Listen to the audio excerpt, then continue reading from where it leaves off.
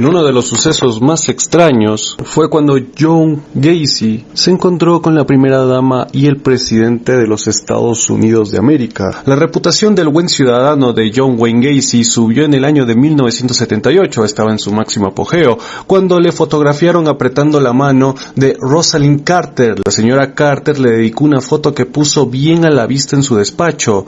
El encuentro con ella se produjo el día del desfile por la Constitución, que tiene lugar cada 6 de mayo en Chicago, para conmemorar el comienzo del sistema democrático en Polonia. Gacy fue responsable del desfile durante 3 años. Todas las personas que iban acercándose a la primera dama habían sido previamente investigados por los servicios secretos. El distintivo que Gacy llevaba en la solapa era prueba de ello. Los nombres, apellidos, dirección, fecha de nacimiento y número de seguridad social de Gacy y de 3 de sus ayudantes figuraban entre los que los agentes especiales habían indagado. Cuando se investiga el pasado de un individuo, la agencia especial consulta al FBI, al Registro Nacional del Crimen, a los agentes locales del servicio secreto y a la policía local. Aunque el antecedente por sodomía de Gacy pasó a disposición de las autoridades de Chicago, cuando este fue puesto en libertad vigilada y se marchó a Iowa, los servicios secretos no tuvieron conocimiento de ello. Soportaron más adelante muy duras críticas por parte de la prensa por no haber comprobado más a fondo los antecedentes de este sujeto, en un hecho completamente controversial, ya que prácticamente Gacy, juntamente con la policía de Iowa, engañó a los servicios secretos de los Estados Unidos, ya que obviamente tú no te puedes acercar a la primera dama o al presidente de los Estados Unidos si tú tienes algún antecedente penal anterior, al menos no de la manera de Gacy, que fue estrechándole la mano. Gacy fue fotografiado estrechando la mano del alcalde de Chicago, Michael Bielandy, y colocó la foto también en su oficina. Era evidente que Gacy no consideraba que su condena por sodomía constituía un obstáculo a sus ambiciones en la vida pública. Quizá creía que la prueba fotográfica de su nivel social resaltaba su respetabilidad. Una anécdota curiosa, interesante y sumamente impactante,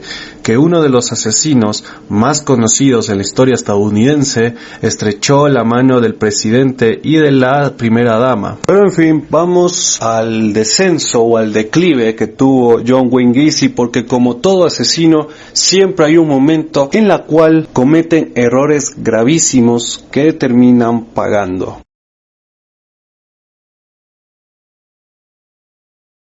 Una familia de Chicago esperaba la llegada de su hijo para asistir a la fiesta de cumpleaños de la madre. Inquietos por el retraso, avisaron a la policía. Los patrulleros condujeron hacia una casa en un tranquilo barrio residencial, bajo la cual se escondía un secreto horrendo. Elizabeth Pist estaba sentada en un taburete frente al mostrador de caramelos de la farmacia Nissan en Des Plaines, cerca de Chicago, esperando que llegara su hijo Robert, de 15 años. Había ido a recogerle a su trabajo de la tarde, pero este le había pedido que esperara mientras hablaba con un contratista para conseguir un empleo de verano. Hacía un frío glacial aquella noche y la nieve se había endurecido en el suelo. Chicago podía ser la ciudad más fría de América a mediados de invierno y la señora Peace no le gustaba la idea de que su hijo volviera a casa caminando. Finalmente le pidió a la encargada de la farmacia que le avisara por teléfono cuando su hijo regresara y volvió a su casa algo preocupada. Robert sabía que su madre cumplía 46 años y que el resto de la familia, su padre, su hermano mayor y su hermana,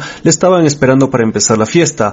No era su estilo hacerlos esperar y peor aún no avisar por teléfono. Ya en casa le comentó a Harold, su marido: hay algo raro, lo presiento. A las 9:45 de la noche llamó a la farmacia, pero no había rastro de su hijo. Preguntó al dueño si sabía el nombre del contratista con el cual tenía una cita su hijo. John Gacy, le contestó, pero no había nadie con ese nombre en la guía telefónica. A las 11:30 de la noche de aquel 11 de diciembre de 1978, ella y su esposo fueron a la comisaría de Des Plaines para notificar la desaparición de Robert. La familia entera pasó el resto de la noche conduciendo despacio por las calles, buscando en los rincones oscuros por si el muchacho hubiera tenido un accidente y estuviera inconsciente en alguna parte. Fue el peor cumpleaños de Elizabeth Pist. A las 8:30 de la mañana del día siguiente, el departamento de la policía de Des Plaines empezó la búsqueda de Robert Pist. Una investigación en la compañía telefónica reveló que el número de teléfono de John Gacy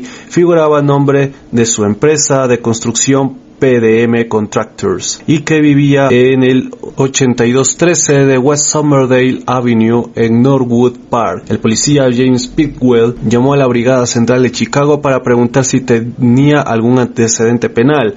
La respuesta fue inquietante. Llegaría al cabo de unos minutos. Gacy tenía antecedentes por sodomía con adolescentes y podía llegar a la violencia. A las 9:30 de aquella mañana, el teniente de la policía Joseph Kosenchak llamó a la puerta de la casa de John Gacy. El agente tenía un hijo de 15 años y quizá por ello decidió encargarse personalmente del caso. La puerta del número 8213 del West Somerdale Avenue se abrió, dejando ver un hombre de unos 35 años, moreno, bajo y obeso, con la cara redonda y la barriga colgante de un payaso gordinflón. Cuando los policías le anunciaron su misión, Gacy sonrió amablemente y les invitó a pasar. Le preguntaron si había ofrecido un trabajo de verano a Robert Pist y contestó que no, que ni siquiera conocía a ese chico. Sin embargo, había estado en la farmacia Nison la tarde anterior, sobre las 6 de la tarde, cuando Robert llegaba a trabajar y lo vieron hablar con él. Oh, ese chico, dijo Gacy. En efecto, cruzaron unas palabras, pero no le ofreció ningún trabajo ni tampoco quedaron para verse más tarde. Kosenchak le preguntó si le importaría ir a la comisaría y el sospechoso respondió con calma que era imposible en ese momento. Un tío muy querido de él habría fallecido, es lo que él alegó, y estaba esperando una llamada de su madre. El policía le sugirió que le llamara él a su madre y después le acompañara. La suave amabilidad de John Gacy se transformó súbitamente en ira y le gritó: ¿es que no tiene respeto por la muerte? Después de hacer prometer a Gacy que iría a la comisaría tan pronto recibiera la llamada de su madre, Kosenchak se marchó. La conversación había puesto en marcha cierta alarma en su cabeza. Por supuesto, era posible que Rob Pist se hubiera fugado de su casa, pero parecía improbable. El teniente estaba seguro de que John Wayne Gacy conocía al paradero del chico. Los desesperados padres de Robert aguardaron el regreso del policía en la comisaría. La madre había hablado ya con el dueño de la tienda y estaba convencida de que su hijo estaba retenido contra su voluntad en la casa de John. Pidió a la policía que registrara la casa inmediatamente y el teniente Kosenchak la calmó, haciéndole ver que no tenían pruebas. Ahora, tras hablar con el sospechoso, solicitaría una orden judicial de registro. Pero todo el día y también hasta la 1 de la madrugada del día siguiente, pero el contratista de cara redonda jamás apareció. Cuando el policía regresó a su despacho al día siguiente, le comunicaron que Gacy se había presentado por fin a las 3:30 de la madrugada, cubierto de barro y alegando un accidente de auto. John Gacy volvió a la comisaría justo antes del mediodía. Parecía tener ganas de hacer confidencias. Pidió disculpas por no haber acudido el día anterior, ya que su auto se había quedado bloqueado en la nieve. Una vez más, negó rotundamente saber nada de Robert Pist. Al parecer no tenía prisa en irse y charló un largo tiempo sobre su buen negocio de construcción, que facturaba $1 millón al año, y de sus influyentes amigos como el alcalde de Chicago y Rosalind Carter, la esposa del presidente Jimmy Carter en esa época. Trabajaba como voluntario para el Partido Demócrata local y era muy conocido por sus actividades caritativas, visitando los hospitales de la región con su disfraz del payaso Pogo para divertir a los niños enfermos y a los niños que padecían enfermedades graves o incluso terminales. Mientras el policía Bidwell mantenía con el sospechoso esta conversación, Kosenchak obtenía una orden de registro. A las 3:30 le anunciaron que tenían la orden y le pidieron las llaves de su casa.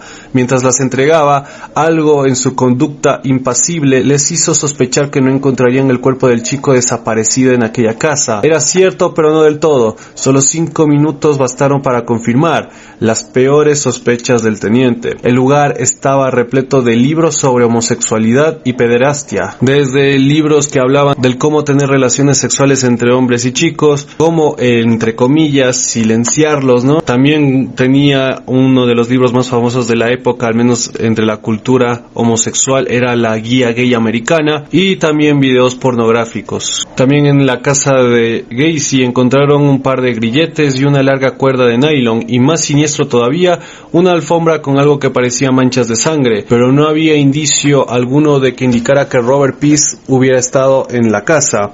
Los policías encontraron lo que podía ser una pista, un resguardo de revelado de fotografías de la farmacia Nison. Cuando se lo enseñaron a la madre, esta supuso que debía pertenecer a la novia de su hijo, Kim Byers, y la chica chica, sin dudarlo un momento, lo confirmó. Había pedido prestada la chaqueta a Robert unos días antes de la desaparición y olvidó el resguardo en el bolsillo. Pudo acordarse incluso de 2 cifras del número de serie. Cousin Shaq tenía ahora la prueba de que Robert Peace había estado en casa de Gacy e intuía que lo más probable es que estuviera muerto, pero ¿en dónde estaba el cuerpo? El contratista había tenido tiempo de esconderlo, sin arriesgarse a hacerlo de día, en las 24 horas que transcurrieron hasta que se presentó en la comisaría de la policía. La noche después de la desaparición del chico había ido a la comisaría en la madrugada, una hora extraña para que un sospechoso se decida a ir a declarar, quejándose de que su auto estaba bloqueado en el barro. Había salido para deshacerse el cuerpo. Un helicóptero y perros de policía rastrearon el bosque al borde del río Des Plaines, pero no encontraron ni rastro del adolescente. Cabía la posibilidad de que el cuerpo estuviera sumergido en el río. Mientras tanto, John Gacy empezaba a mostrar signos de tensión, quizá porque los policías encargados de seguirle no se esforzaban mucho en disimular su presencia para ponerle así de nervioso. Contó a un amigo contratista llamado Donald Sharkna que la policía intentaba colgarle una acusación de drogas y le convenció para que fuera a su casa. Sharkna pensó que su amigo, una persona tan buena, era inocente y sufría el hostigamiento de la policía. Este apoyo de su colega animó a Gacy a pasar a la ofensiva y presentó una reclamación en el Tribunal de Derechos Civiles del Distrito de Chicago por $750,000 en concepto de daños y perjuicios, y en la que exigía el cese inmediato del acoso al que se veía sometido por parte de la policía. Pero una semana después de la desaparición de Robert Peace, se veía claramente que John Gacy venía abajo. Presentaba un aspecto ojeroso y sin afeitar, y llegó a conducir tan imprudentemente que los agentes que le vigilaban tuvieron que pararle y aconsejarle precaución. Un día tomó el auto para dar un largo paseo sin rumbo, y al final del viaje invitó a los 2 oficiales de policía que le seguían a visitar su hogar. Sería un enorme error. Nada más al penetrar en casa, el oficial Robert Schultz reconoció el olor dulzón y nauseabundo que impregnaba el caluroso ambiente. Se trataba sin lugar a dudas de la presencia de un cadáver. Los policías que habían registrado anteriormente el bungalow no lo habían detectado, ya que la calefacción no funcionaba ese día y el ambiente era gélido. Cousin Shaq decidió que había llegado la hora de arrestarlo. El olor que provenía del conducto de la calefacción solo podía significar una cosa: había cadáveres debajo de la casa.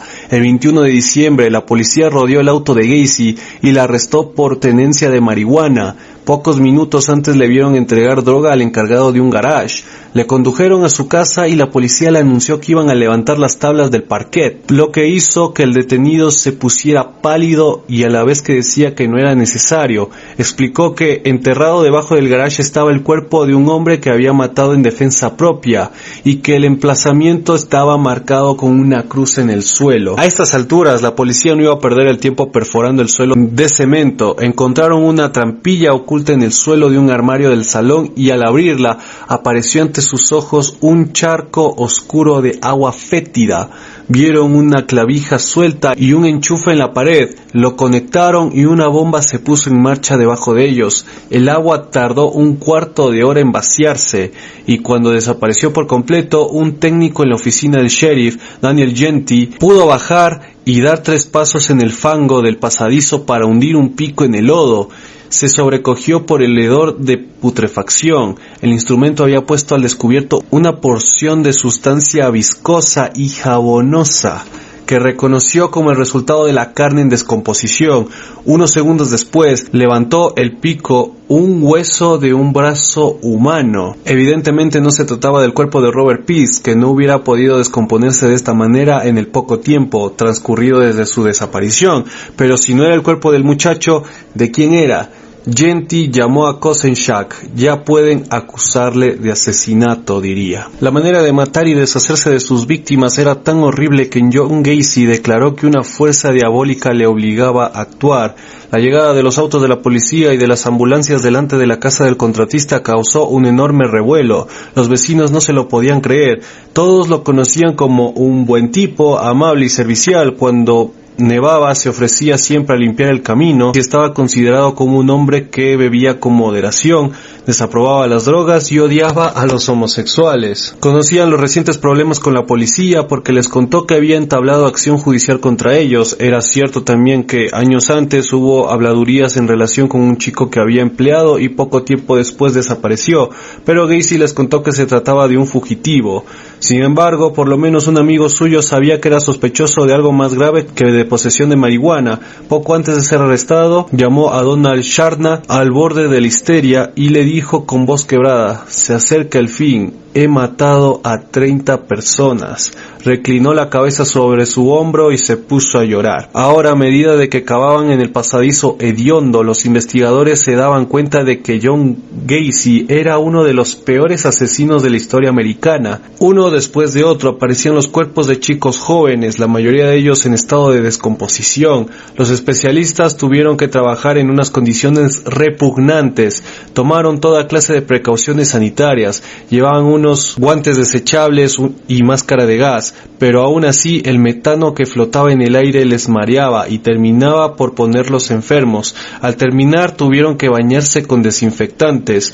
Mientras tanto, el responsable de todo este horror, John Gacy, estaba en la jefatura de policía confesando 7 años de violentos asesinatos. Su rostro no tenía expresión, como bajo el efecto de un shock o de drogas, caía a ratos en un estado semicomatoso del cual despertaba con un espasmo y sin saber dónde estaba. Si se trataba de una representación, había que reconocer que era muy convincente. Según él, John Gacy no había cometido esos crímenes. El culpable era el siniestro alter ego de él llamado Jack, que odiaba a los homosexuales y los mataba, pero esa historia no aclaraba por qué había matado a Robert Peace, que no era homosexual. El supuesto asesino intentó explicarlo. El chico había ido a su camión mientras estaba haciendo cuentas y le pidió un trabajo de verano. El contratista le sugirió que subiera para hablar de ello y luego en su casa trató de insinuarle que podría ganar dinero vendiendo su cuerpo a homosexuales, pero era evidente que Peace no tenía ningún interés por la propuesta. Entonces Gacy cogió unas esposas que tenía en su sala y empezó a jugar con ellas distraídamente. El chico le preguntó para qué eran y él explicó que se trataba de unas esposas de broma. "Mira", dijo Jack, "ya no se trataba de John, sino de su diabólico alter ego. Te voy a violar y no podrás defenderte". Pero vio al muchacho tan trastornado que cambió de idea y decidió dejar que se marchara. Lo llevó al dormitorio para coger las llaves de las esposas, pero se sintió sumergido por una especie de niebla que borró sus recuerdos. El teléfono sonó y fue a contestar. Era un amigo que le preguntaba el por qué se retrasó una reunión convenida. El amigo testificó más adelante que Gacy parecía totalmente normal y controlado. Después de disculparse, colgó y volvió a la habitación. El chico estaba tendido en la cama y era evidente que había sido estrangulado con una cuerda a manera de torniquete, bloqueado con el mango de un martillo. Cuando Elizabeth Peace llamó a la tienda Nissan para saber si su hijo de 15 años había vuelto, cuando este ya se hallaba muerto. Gacy transportó a su víctima al desván y le dejó allí durante toda la noche. A la pregunta de la policía de si había dormido con el cuerpo del joven, Gacy negó con indignación diciendo: ¿qué hombre en su sano juicio dormiría con un cadáver? El cuerpo de Robert Peace estaba en el desván a las 10 de la mañana del día siguiente, cuando el teniente Kosenchak se presentó para investigar la desaparición. John Gacy exhaló un suspiro de alivio cuando se marchó el policía, pero Jack, el malo, le dejaba una vez más con el problema de deshacerse de un cadáver. Ya no quedaba espacio en el pasadizo que había debajo de la casa, ni en los demás lugares donde había enterrado otros cuerpos bajo el suelo. No tendría más remedio que tirarlo al río, como había hecho con sus 4 últimas víctimas. Fue un día de tensión para los nervios del contratista, quien se preguntaba si el policía iba a volver con una orden de registro.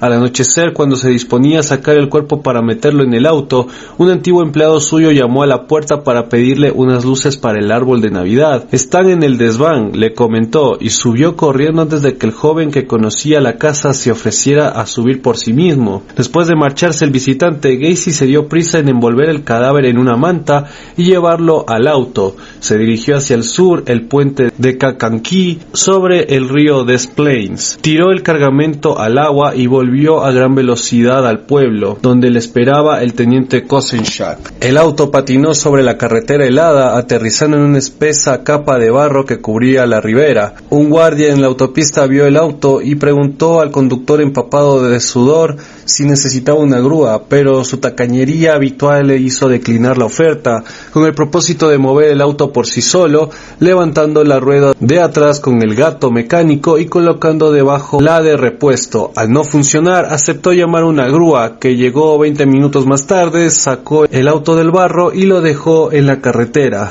Gacy, que no quería soltar un solo centavo, pretendió ser un oficial de policía e intentó convencer al mecánico para que cargara la factura del remolque al departamento de alumbrado del condado de Cook, pero al ver que este se negaba rotundamente, abrió su maletín y sacó $20. Luego, a las 3:30 de la madrugada, se dirigió a la comisaría, donde le extrañó que Kosenchak no estuviera esperándolo.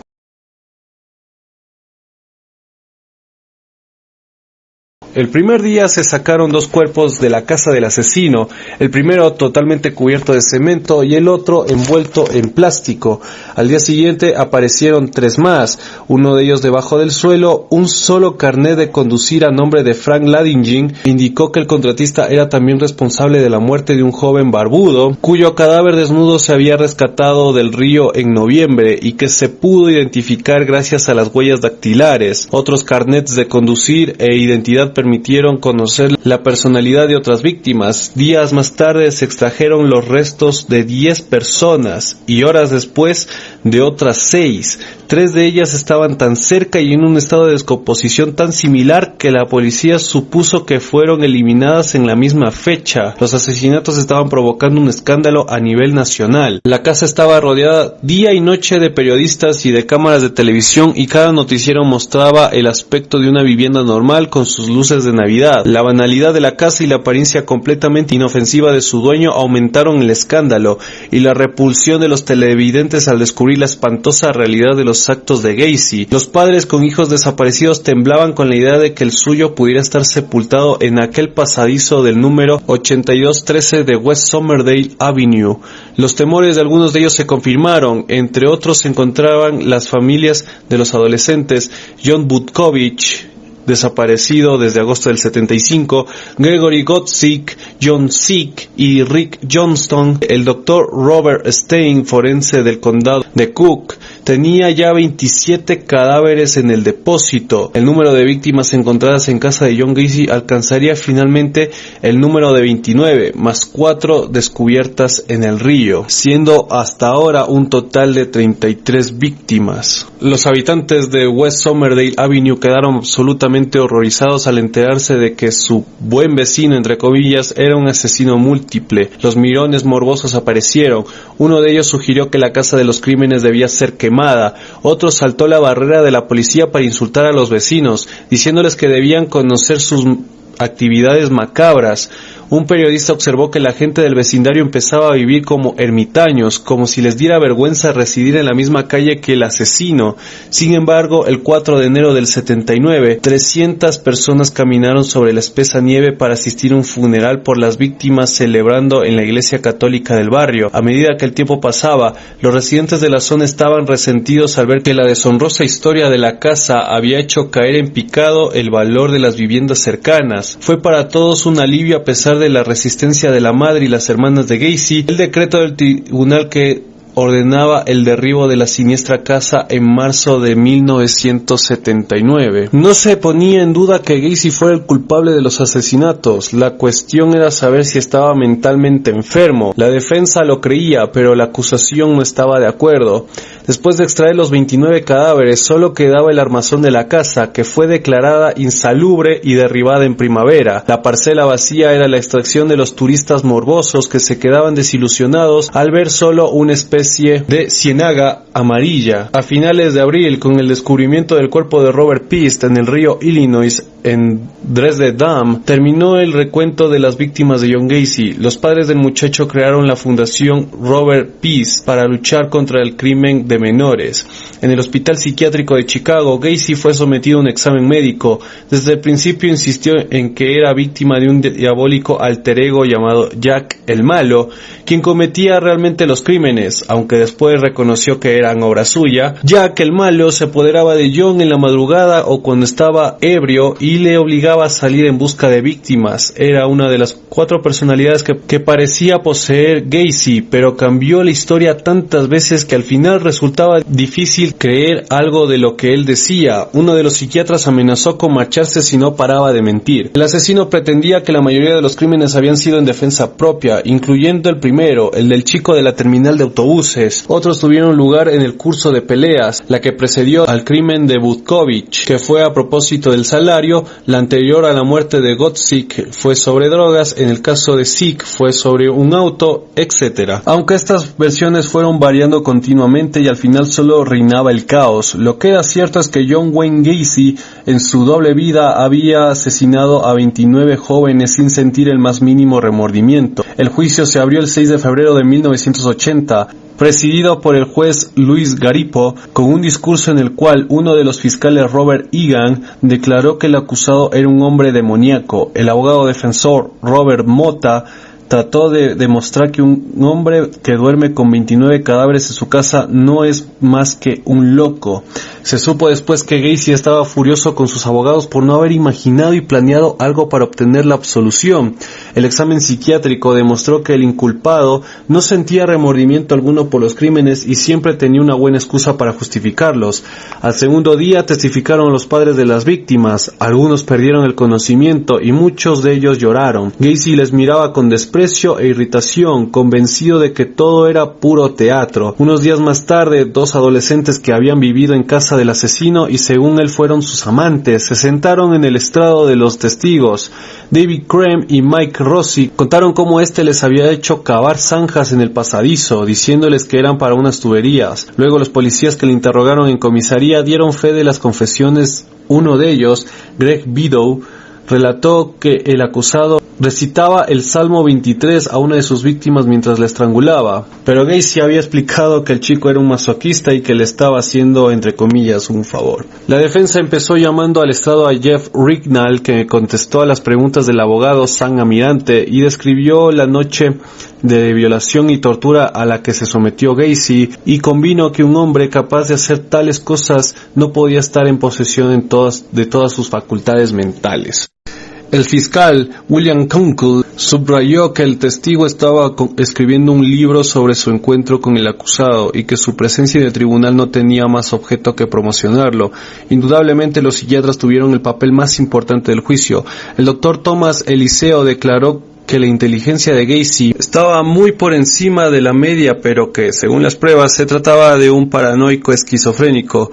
Sin embargo, Kunkel disminuyó su credibilidad preguntándole si creía que el hombre del banquillo había cometido 33 crímenes sin ser conscientemente hacer el mal. El segundo psiquiatra de la defensa, Lawrence Friedman, explicó que Gacy era una de las personalidades más complejas que jamás había conocido. Insistió en que era un psicótico, estuvo de acuerdo con su colega anterior en que la psicosis probablemente empezó en la cárcel de Anamosa, alrededor de las navidades del 69, cuando murió su padre, que siempre le habría profetizado que sería un fracaso, como lo terminó siendo.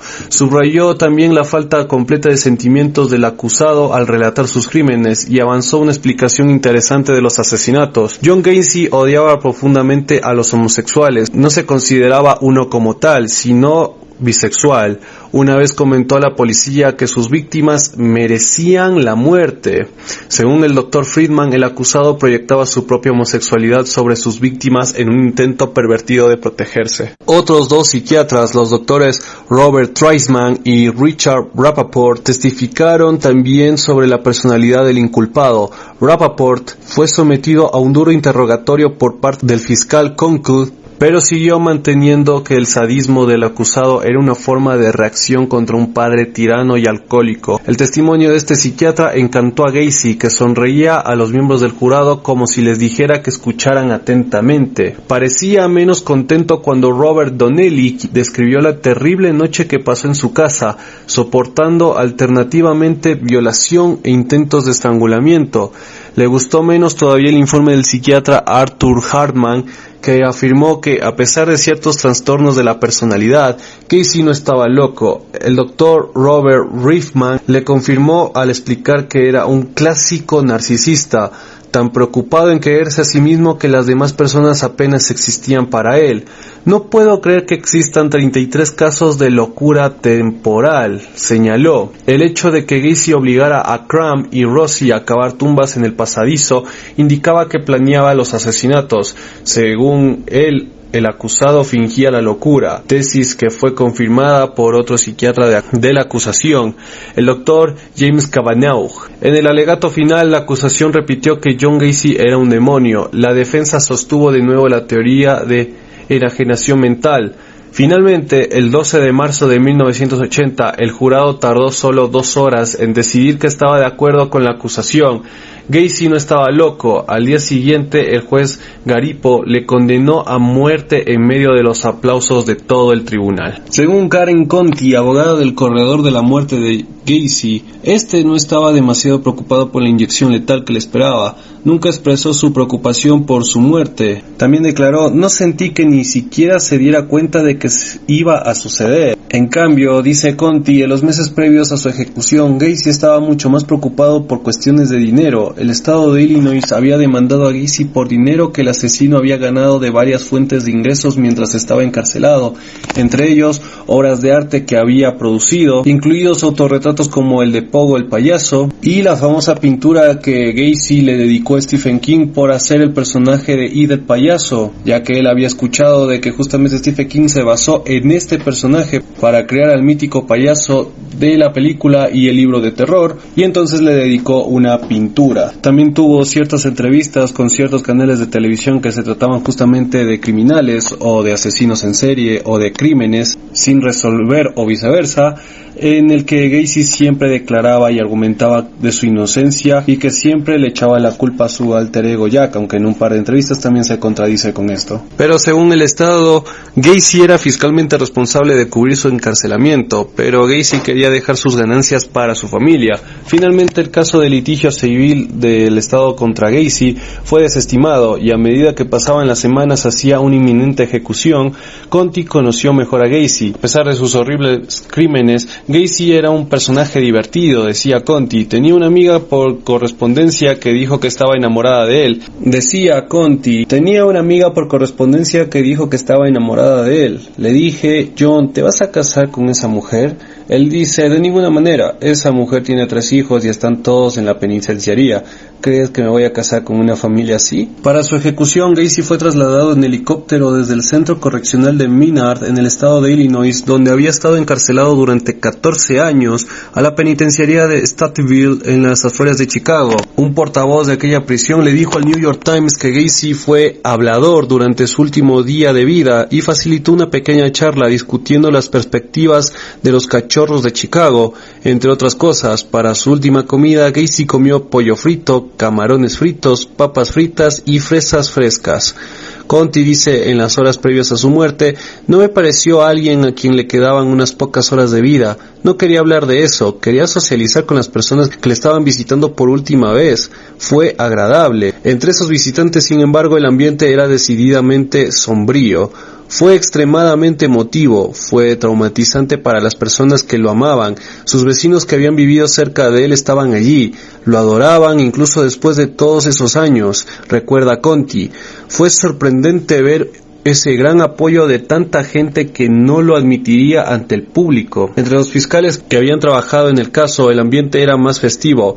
William Kunkel, el fiscal adjunto en jefe del estado que juzgó el caso, recuerda haber asistido a una cena de celebración previa a la ejecución con otros abogados. Tenían barbacoa. "Pedí la invitación para la ejecución", dice Kunkel. "Creo que cualquier fiscal que busque la pena de muerte debería tener las agallas de estar allí y verlo, y quería estar seguro de que estaba muerto como asunto personal". Poco antes de la medianoche llevaron a Gacy de su celda a la cámara de ejecución. Grupos de manifestantes tanto a favor como en contra de la pena de muerte. Kunkel recuerda a los manifestantes a favor de la pena capital, cantando la famosa canción popular "Na na na na, hey hey hey, goodbye", tan fuerte que se podía escuchar desde el edificio de ejecución. Kunkel se sentó en la primera fila. Conti intentó, pero no pudo conseguir una invitación a la ejecución. En sí, algo que ella, reflexionando, se alegra de haber pasado por alto. Algunos han especulado que las últimas palabras de Gacy fueron «Bésame el trasero». Otros informes contemporáneos sugieren que las últimas palabras de Gacy señalaron con el dedo al estado de Illinois por asesinarlo, pero Kunkel afirma que no se pronunció ninguna palabra. Poco después de la medianoche del 11 de mayo del 94, Gacy recibió una inyección letal de 3 medicamentos. El primer medicamento, el tiopental de sodio, lo puso a dormir. Una obstrucción en una de las venas retrasó la inyección del segundo fármaco, que era bromuro de pancuronio. Durante aproximadamente 10 a 20 minutos, la tercera droga, el cloruro de potasio, detuvo su corazón. Gacy fue declarado muerto a las 12:58 de la madrugada. Para Conti, la muerte de Gacy fue un momento difícil en su vida. Llegué a conocer a John Gacy, vine a defender su vida y lo perdí todo, dice, señalando que perdió clientes y recibió amenazas de muerte, correo de odio y montones de mala publicidad por tomar el caso. No fue una amistad, en realidad era un caparazón de persona, era un sociópata, pero cuando conoces a alguien y tienes una conexión con alguien, son parte de tu raza humana. No es normal matar, lo que hizo Gacy no fue normal, era depredador y animal, pero el plan del gobierno para hacer eso también está mal, y te afecta como ser humano, declaró. Y finalmente, para aquellos que quieran conocer de mayor profundidad la historia de John Wayne Gacy, en marzo de este año 2021 se estrenó la serie, la miniserie documental Devil in Disguise, donde simplemente su sinopsis dice: la escalofriante historia de uno de los asesinos en serie más notorios del mundo, contada a través de las palabras del propio Gacy, aquellos que fueron cambiados para siempre por sus actos indeseables, y aquellos que creen que la verdad completamente permanece oculta hasta el día de hoy. Un mini documental que, con varias grabaciones que probablemente jamás salieron a la luz, del propio John Wayne Gacy en vida, declaran el cómo probablemente se trastornó, cómo culpar a Jack, cómo se puede contradecir con sus propios argumentos, entre otras cosas más. Yo no les podría contar lastimosamente si está bien o está mal este documental para que lo puedan ver, porque lastimosamente no lo he visto todavía. Probablemente en estos días me tome la oportunidad de verlo, pero está hecho por la plataforma Peacock, que es la plataforma en internet de la NBC, pero para aquellos que quieran explorar todavía más en la mente de un asesino serial y el saber cómo puede llegar a pensar una persona de esta clase de características personales, les invito a verla. Probablemente se lleven una buena sorpresa, o después en comentarios me dirán qué tal estuvo dicha miniserie, si vale o no la pena el verlo.